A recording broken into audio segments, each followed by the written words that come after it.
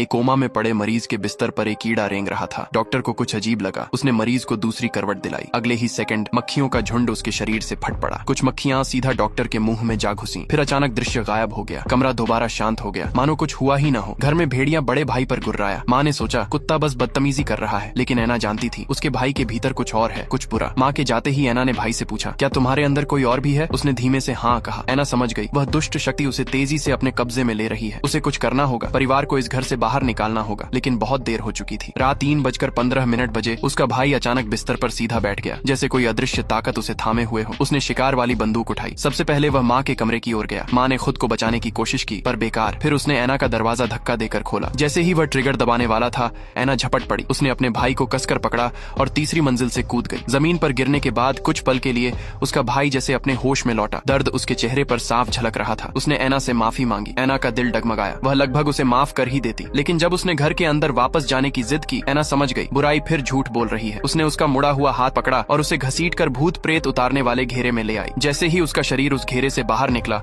उसका मांस पल भर में सूखने लगा। वह फिर से कोमा की अवस्था में चला गया। अपनी बची खुची चेतना से उसने ऐना की ओर देखा। धन्यवाद, उसने फुसफुसाया। ये फिल्म है एमिटीविल द अवेकनिंग।